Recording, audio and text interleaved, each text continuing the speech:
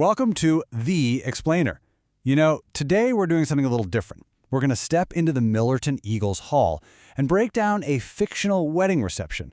Not for the romance, though, but to really get at the powerful, unwritten rules that hold a small-town community together. So, as we dive in, let's keep this big question in our minds. What actually holds a community together? Is it the big, flashy events, or is it maybe the small, almost invisible moments that happen inside of them? Let's find out. Okay, here's our game plan for digging into this Millerton wedding. We're going to start from the outside, looking in, then we'll map out the social landscape, try to understand its unwritten rules, watch the main ceremony, and then, this is the best part, we'll zoom all the way in on one single powerful moment. So our story doesn't start on the dance floor. Nope, it starts right here, in the parking lot. Think of this as the first ripple of the event, and we're seeing it all through the eyes of our guides, Laura and her grandpa Bill, as they're pulling up to the hall. Okay, this right here, this is our first huge clue. Laura's immediate reaction to a parking lot that's almost completely full tells us everything we need to know. For the town of Millerton, this is not just another party. This is a must-see, can't-miss event. The cars themselves are like a physical measure of how important this whole thing is. And that first impression? It gets a number put to it real quick. Laura does some fast math in her head and guesses there are over 250 people here. That sheer number totally transforms the gathering for her. It goes from just being a reception to what she calls a historical event. It's the first real sign that, yeah, the whole community is showing up for this. All right, once we're inside, it's not just a big crowd of people. It's this complex social space. And to really get what's going on with the community, we first have to understand its temporary geography. Seriously, the physical layout of this hall is basically a map of all the interactions that are about to happen. And this just lays it all out, doesn't it?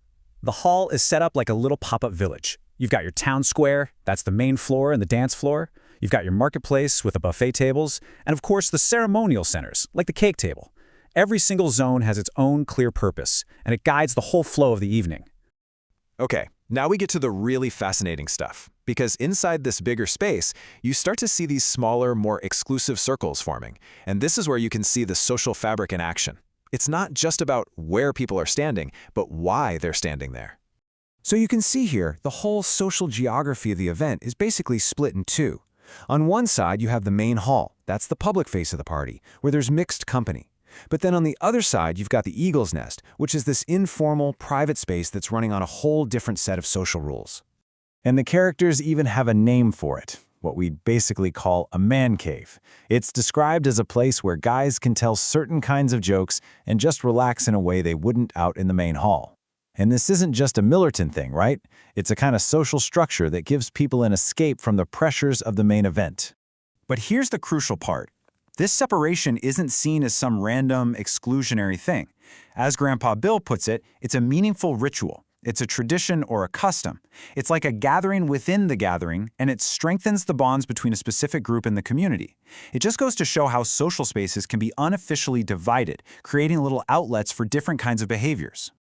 Okay, so now everything changes. The whole focus of the hall is about to shift. All those side conversations, the trips to the punch bowl, the private chats back in the Eagle's Nest, all of that is about to hit pause because the formal part of the night is kicking off. And boom, there's our signal. The bride and groom enter. And in that one instant, they're like a social magnet, pulling the focus of every single person and every little group into one big, unified audience. What happens next follows this really clear, structured pattern, and the flow is totally intentional.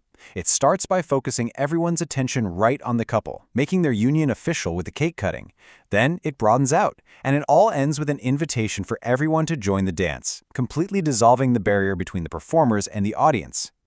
And you can just feel it in Laura's reaction, can't you? This whole shared ritual, it isn't just for show. It creates this powerful, real feeling of connection. The entire room is united in this one single joyous moment. And that brings us to our final, and honestly most important point. This is where the giant scale of the community event, all 250 people, the loud music, the formal stuff, it all gets distilled down into a single, incredibly powerful human interaction. So, after the whole community is invited to get on the dance floor, Grandpa Bill takes that big, broad communal invitation and turns it into something deeply personal for his granddaughter. He bridges that gap between the huge public celebration and this one private moment of connection. And that's it. That's the big takeaway from our little case study. All the grand traditions, the packed-out halls, the loud ceremonies, they are absolutely essential scaffolding. But the community itself, that's built inside that structure, through small, intimate moments of connection, just like this one. The big event just creates the space for these tiny, perfect moments to happen.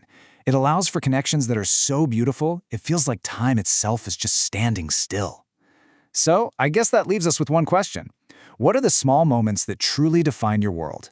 Thanks for joining us for this explainer.